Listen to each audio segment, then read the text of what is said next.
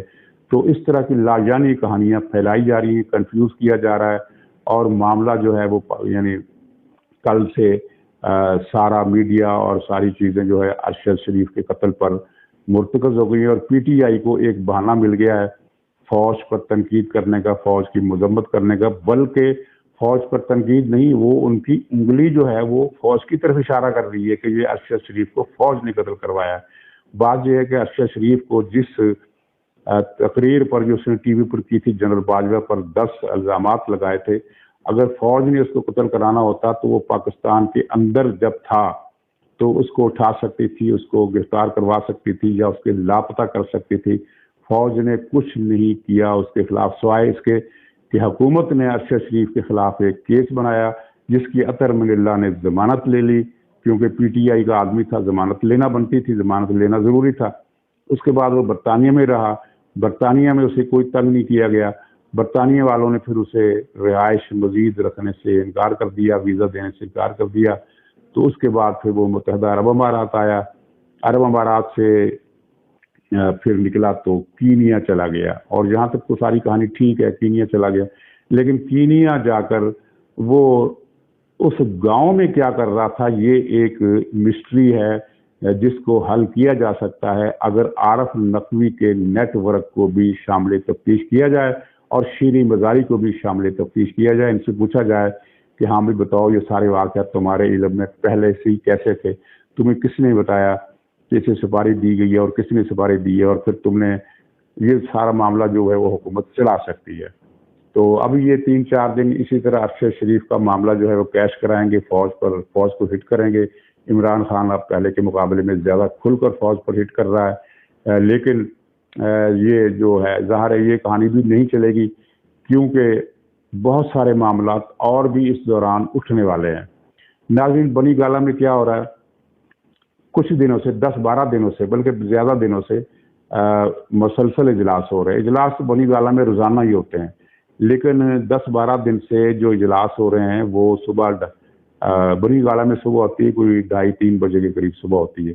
تو 2:30-3 بجے سے جو میٹنگ شروع ہوتی ہیں، جو اجلاس شروع ہوتے ہیں پارٹی کے لیڈروں کے، وہ رات 1:30-2 بجے تک رہتے ہیں۔ کبھی کوئی لیڈر غیر حاضر ہوتا ہے، کبھی کوئی لیڈر غیر حاضر ہوتا ہے، لیکن مجموعی طور پر 8-10 یا 12 لیڈر ہر موقع پر، ہر اجلاس میں ہر روز موجود ہوتے ہیں۔ یعنی گنتی اتنی رہتی ہے، 2-3 ادھر ادھر ہو جاتے ہیں تو وہ اگلے دن آ جاتے ہیں، 2-3 افراد ان میں سے غائب ہو جاتے ہیں، وہ پھر اس سے اگلے دن آ جاتے ہیں، اس طرح چلتا رہتا ہے۔ تو ان میٹنگز کی جو کثرت ہے وہ ہمیں یہ بتا رہی ہے کہ پی ٹی آئی والے اعصابی طور پر کتنے زیادہ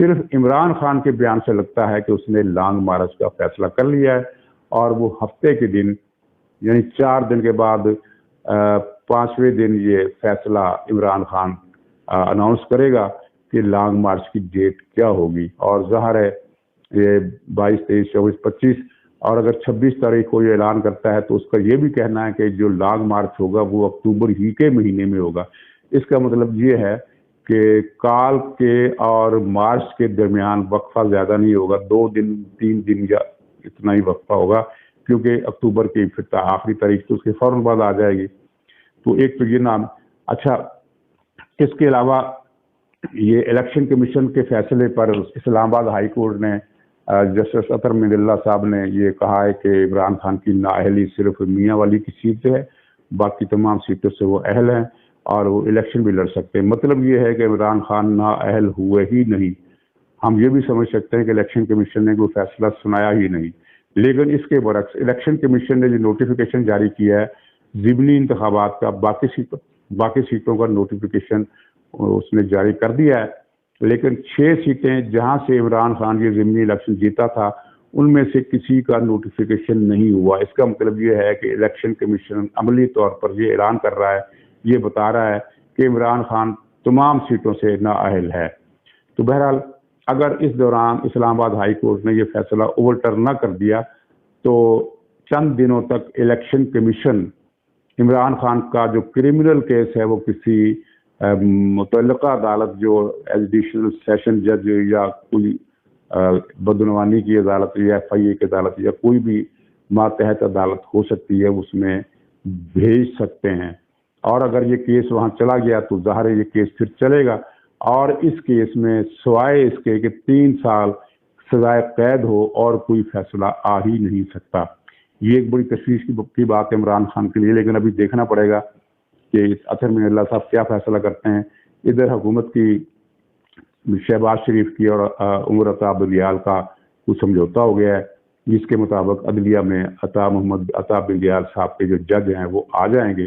گویا کہ اب سپریم کورٹ میں بھی جو ایک امکان تھا کہ وہاں شاید کبھی نہ کبھی انصاف کسی کو مل سکے گا, وہ رستہ بھی شہباز شریف صاحب نے بند کر دیا ہے.